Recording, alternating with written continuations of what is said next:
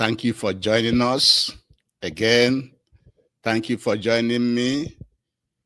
Good morning, good afternoon, good evening, and good night, wherever you're joining us today in today's live lecture, coming to you from Nkolo Mahadum Wisdom University. Today's date is Nkwo Market Day in the Igbo lunar calendar. And in the Roman Catholic calendar, today's date is 7/31/2025. I remember at Nkolo Mahadum, we always advise you to use your naturally given common sense, which we call akonuche in Igbo language. And also, we are set up to give you the correct information, the correct education that you're supposed to know, so as to set your brain free from mental slavery and colonial information and misinformation and miseducation.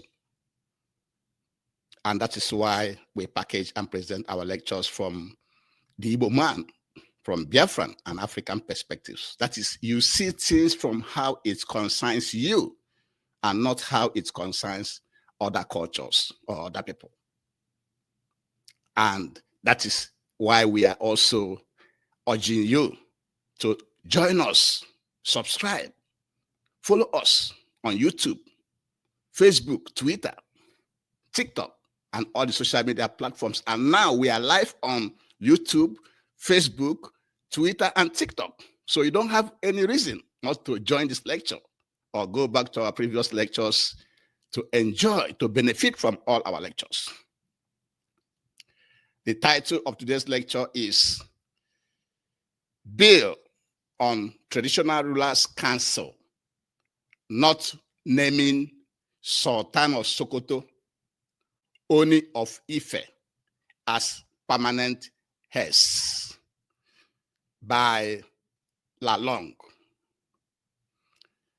The bill being sponsored by Simon Lalong on traditional rulers. He was saying that that bill on Traditional Rulers Council is not naming Sultan of Sokoto or Ooni of Ife as permanent heads. And it came to our attention. And these are the things we want you to know. And we want to join Ohaneze Igbo, the Middle Belt Forum, and other well-meaning Igbo people, Biafran people, and African people to condemn this bill.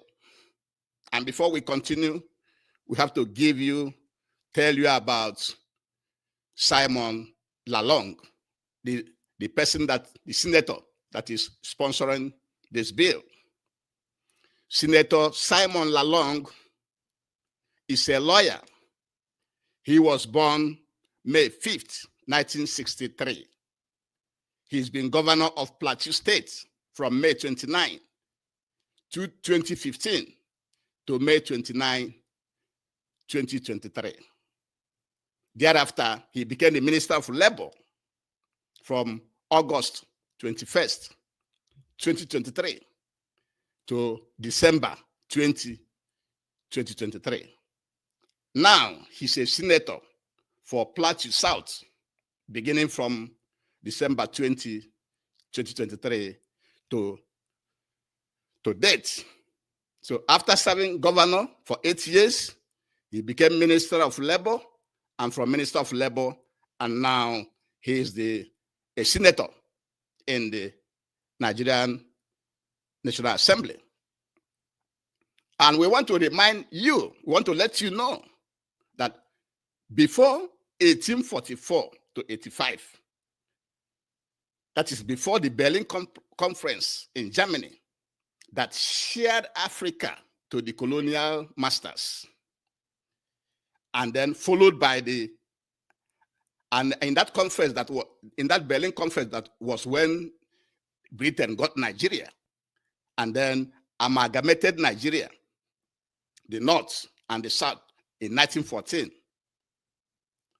Before then, the Northern people, the Hausa people, with their Fulani conquerors, have been living their life. The Southwest and the Southeastern Nigerians have been living their life based on their different culture, their different way of life before that 1884 Berlin Conference and the 1914 amalgamation. They have been living their life.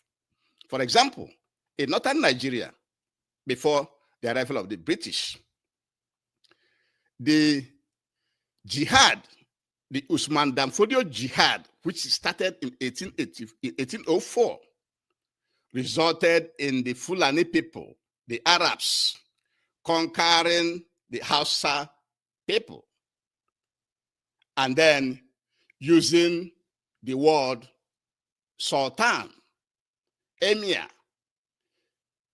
militias. These Fulani militias you are hearing today are part of the tools being used by the Islamic conquest to get and conquer and govern a particular community. So all those are endemic in the north, which was, in the north, yes, which was conquered by the Fulani people, following the ideology of Islam and Islamic practice. So that was how the north was before the land of that area called Nigeria entered in the hand of the British. If you go to southwestern Nigeria, they were using Obas in their different communities. Many of them practice monarchy, where they use the king, the Oba, they call it Oba. And in Ife, they call it Ooni. It's the same Oba, but they baptized it Ooni in Ife. That is what the Southwesterner, the Yoruba people, we are using to govern their people. In the case of the Yorubas, they are Obas and Oni, in the case of Ife, got their power from their ancestral religious practice and the people and the communities. So the communities are the one paying these Obas. Just like in the north, the emirs and the sultans and the militias are being paid by the Islamic religion. But in the eastern Nigeria, majority of the people in the eastern Nigeria, we are practicing our ancestral republican democracy by appointing qualified people from their communities to represent them in different areas of their governance. And in the East, we have few monarchies in the East before the arrival of Britain, before that area entered British hand or Britain hands. And so when Britain arrived during the British era, when Britain now took over the place, when they went to the north say, leave us alone the way we are. Whatever you tell us, let us use the emirs, the sultans, and the militias we have. They're already working to continue to manage the north. And so the British now uses the emirs and the Islamic people, Islamic religion to manage the north. In the southwest, they were using the Obas to manage the southwest. And then in the east, because we don't have a lot of chiefs, a lot of monarchs, they now introduced what we call warrant chiefs in the eastern part of Nigeria. And now using these warrant chiefs in the eastern Nigeria and the Obas in the western Nigeria, in the Yoruba land, and also the emirs and the sultans and the militias in northern Nigeria, and what they call indirect rule. This is where Britain severed, damaged the way we have been living. And now they are now the one paying these chiefs, whether the warrant chiefs in the east or the obas in the southwest or the emirs and sultans in the north. They are now the one paying them, taking them away from the people. Because initially, before the British came, these chiefs were being appointed and paid by the communities. They are responsible to the communities. After the arrival of the British and the introduction of the indirect rule system using these chiefs, they are now paying the chiefs the loyalty of the chiefs, of the warrant chiefs, and the obas, and the sultan, and the emirs in the north. Now rests with the British, because they are now the one paying them, because they are now working for the British. And so that was how they corrupted our system, that made these chiefs no longer responsible to the people, but to the government. Now, during negotiation for independence, while Nnamdi Azikiwe and Obafemi Awolowo were negotiating for Nigeria to have independence in 1956, the North said that they are not ready because they don't have the manpower to manage, to organize and run the North. But instead, they went behind negotiating with the British that for them to join Nigeria to be one country, that the Fulani man, that the Fulani Caliphate have to be the ones ruling Nigeria. And also that the Sultan of Sokoto will be the leader, the head of all the traditional rulers in Nigeria. And so it has been. And Britain offered that request. Britain capitulated, agreed to that request. And that is why the Fulani Caliphate have been the one that are in charge of Nigeria, because Britain, because of that, manipulated the 1956 census and the subsequent election, 1959 election, that gave power to Northern People's Congress, Tafawa Balewa. He didn't actually win the election. They manipulated the census, manipulated the election in order to ensure that the Fulani Caliphate is handed over the country. And even when they were handing over the flag of Nigeria, Nnamdi Azikiwe and Awolowo were not there. And so that was what they got. And so they have produced more. They are the one in charge of Nigeria, because everything was manipulated. Both the maps were manipulated. Both the census, both the maps, both the election were all manipulated to give power to the North. And very important, after the Nigerian Biafran Civil War that started in 1967 and ended in 1970, where the Biafran nation lost that war, a new alliance emerged. That new alliance is the Northern and Southwestern Nigeria Alliance, hegemony. They are now the one ruling Nigeria more, making more decisions in Nigeria than the East. So the North and the Southwest now have an alliance, because they are the one that fought together to defeat the Biafran people during the war. And now this alliance is on. That is why when you calculate the number of presidents or leaders that have governed Nigeria up to today, you will see that the North and the Southwest have governed more, have produced more presidents than the eastern part of Nigeria. So that has been going on. And remember, in 2018, when Prince Charles visited Nigeria, there was a picture that was circulating everywhere, which Prince Charles, you know that Prince Charles is the leader of Britain, is the monarchy that is governing Britain. And I want to also use this lecture to let you know that the monarchy in Britain, they control 1/6 of all the land in the world. So when he visited one of his colonies, Nigeria, in 2018, the picture that emerged saw the Sultan of Sokoto sitting on his right. The Ooni of Ife was sitting on his left.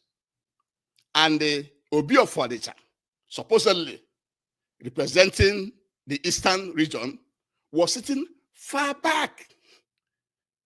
It was sitting far back. So what Lalong is trying to do, this has been going on. Everybody that has been following events knew that in Nigeria today, you have Sultan of Sokoto first as the leader of all the traditional rulers in Nigeria. Following him is the Ooni of Ife. There's no contest about that. It's been going on. So what Simon Lalong is trying to do is to make it law, is to make it clear now, is to cement it, is to make it public now to everybody that this should be the case. But he is saying that it is not the case. Now, how can you form Traditional Rulers Council and not make the Sultan the head? Are you going to make the Sultan the head today, and then tomorrow you say he's no longer the head? Are you going to make the Sultan the head and make Ooni of Ife the second, and then tomorrow you say, no, they are not going to be anymore? So what is he trying to prove? And so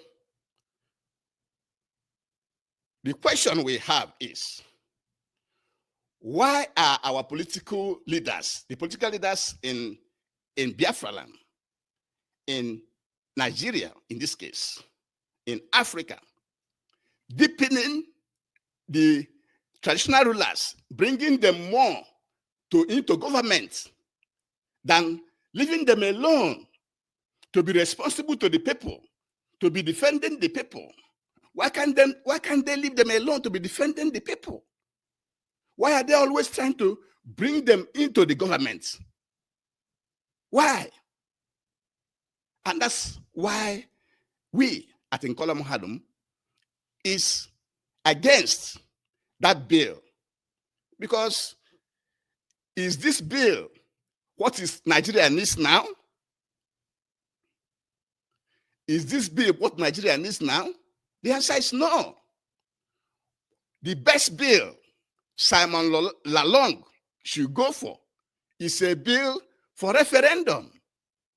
That's the best bill any senator, any House of Reps member can be bringing to the assembly for discussion and passage, is the bill for referendum.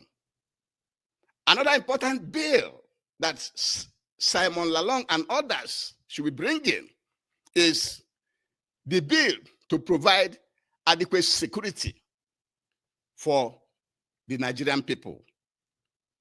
Bring the bill for food security.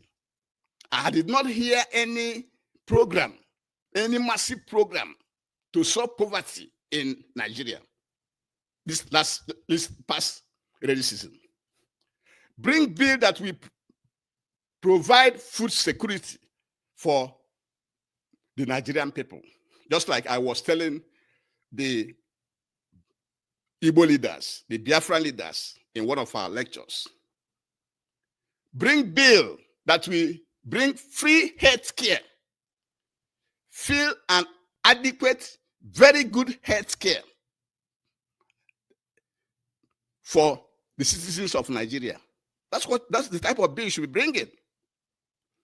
Bill for free and 24-hour electricity to the people of Nigeria. Bill for free practical education.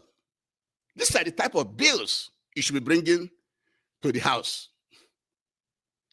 Bill for infrastructures like high-speed rails connecting all the cities and towns in Nigeria, roads, bridges, seaports in Biafra land, international airports in Biafra land.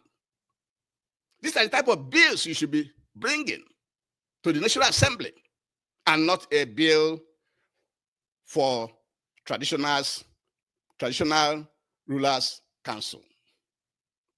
And before we continue, we have to beg you again to please join us, subscribe, follow us on YouTube, Facebook, Twitter, and TikTok. And now we are live on Facebook. We are live on on Twitter. We're also live on TikTok and YouTube. So join us.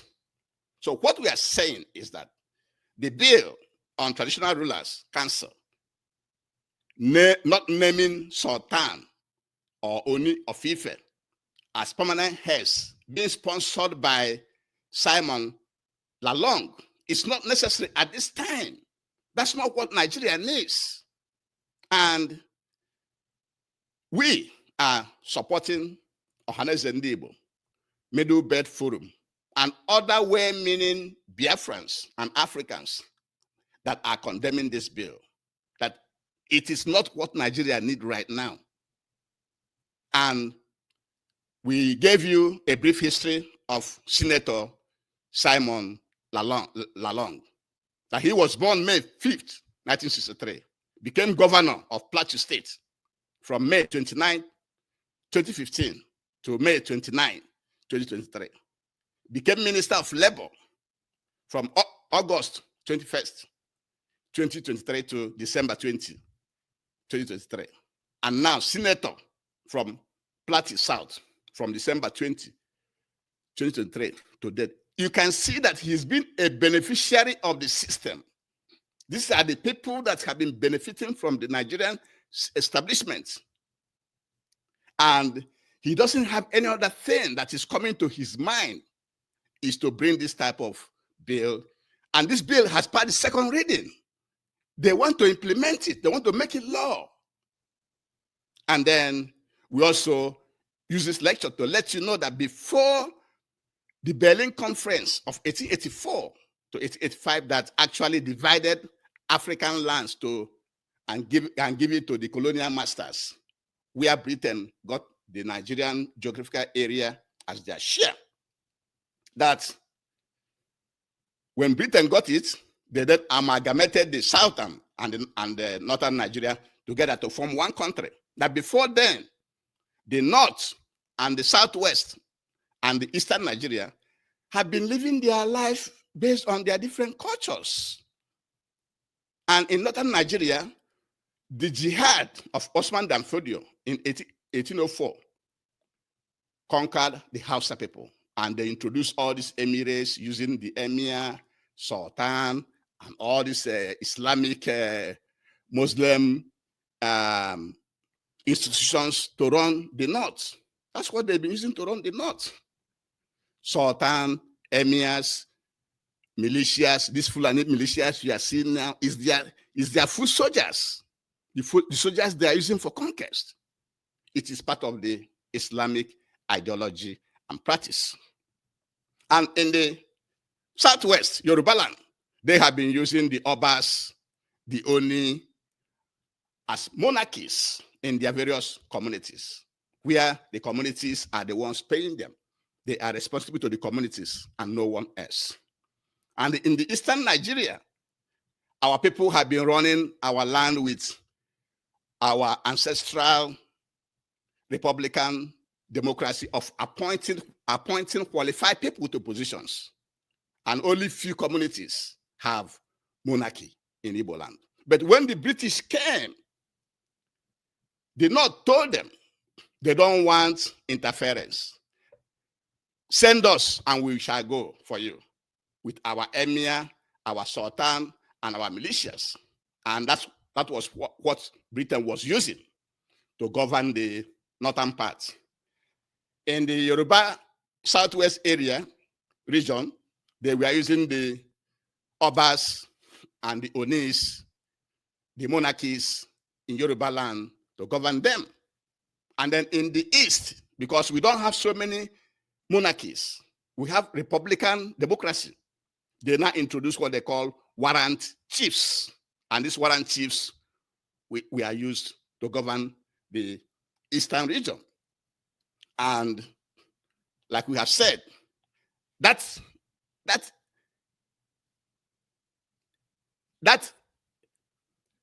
intervention by the Britain damaged the relationship between the people and their traditional rulers, because the traditional rulers are no longer answerable to the people. They are now answerable to the Britain and the government. And then what they call as indirect rule. It was an indirect rule, using the warrant chiefs, using the Obas, using the emirs and the sultans. And then we are telling you that during negotiation for independence, that why Awolowo and Azikiwe, we are negotiating for Nigeria to be independent in 1956, did not say that they're not ready. But at the back, they were negotiating with the British that for them to be part of Nigeria, they have to be the one ruling, managing Nigeria on behalf of the British. And for that, Britain has to do so many things. Rig the 1956 census, draw the map to favor them, and rig the election of 1959. That's, they used to usher in the new Nigeria and give power to Northern People's Congress, Tafawa Balewa. And also, they not negotiated that Sultan of Sokoto should be the leader, the head of all the traditional rulers in Nigeria. And so it has been up to this day. And we are also telling you that after the Nigerian Biafran Civil War, when the Biafran lost that war, a new alliance emerged. What you are seeing now is a new alliance of the Northern and Southwestern Yoruba alliance. You can tell from that alliance that the Northerners and the Yorubas have produced more presidents in Nigeria today than the East. You are being isolated in the East because you were defeated in the war. You don't belong no more in that alliance. That's what they're telling you. And so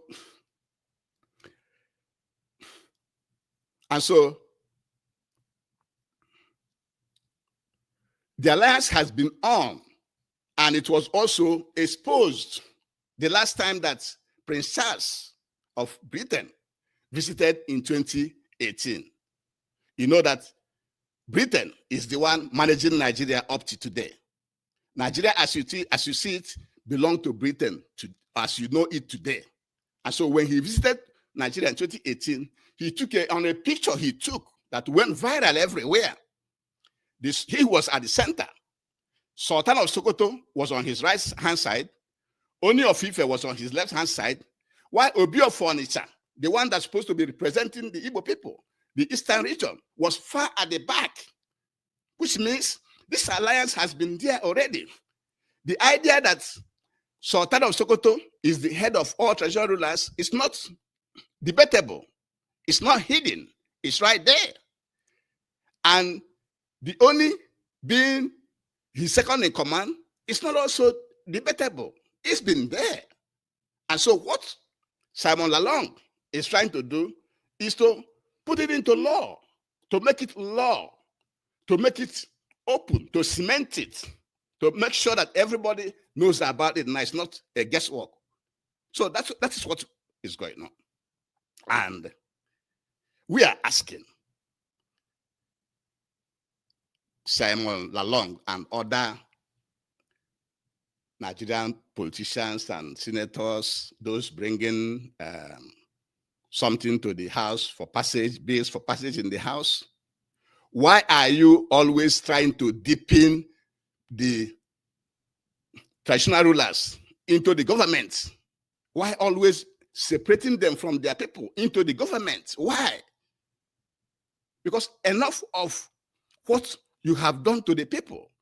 The traditional ruler is supposed to be the people that is in charge of the masses. They're supposed to be working for the masses. They're supposed to be defending the masses. So that is wrong. And that's what we are saying, that it is wrong to continue to deepen the activities, the functions of these traditional rulers into government. They should be left alone.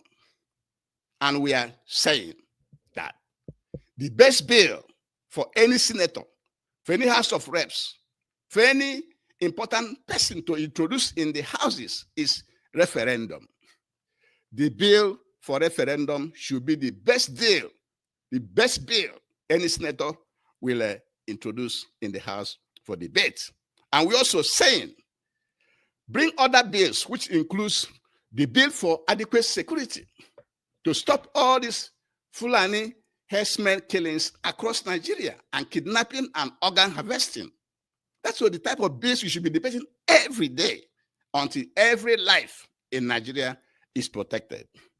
Also, bring bills for food security, that we make sure that there's abundant food in that geographical location called Nigeria, and not the Traditional Rulers Council bill. We are also proposing a bill for free and best health care. Health care that will be better than the one that you get in London or Germany or France or America. Free for every citizen of Nigeria. Those are the type of bills you should be bringing to the National Assembly. Also, a bill for free and 24-hour electricity. Those are the type of bills that is urgent, that should be debated 24 hours and pass it within 1 or 2 days. And also bills for practical education, and not this theoretical, nonsensical education that you are providing Nigerians. And finally, to mention this, the final one, a bill for speedy infrastructure across the whole Nigeria. Railways, high-speed railways connecting all the cities, all the towns, all the villages in Nigeria. Good roads, bridges, seaports, international airports in Biafra land, and so many others. That's what you should be providing to the House for debate, and not the Traditional Rulers Council. And with this, we shall bring it to this lecture to an end. But before we do, we are calling on all Africans to stand up so we can dismantle all the colonial boundaries in Africa. Because those boundaries, those artificial colonial boundaries, are the sources of hatred, tribalism, wars, poverty, migration, dehumanization, harassment, intimidation, and slavery. And with this, we shall be bringing today's lecture to an end. Thank you very much for joining me, and have a good day. Thank you. Bye-bye.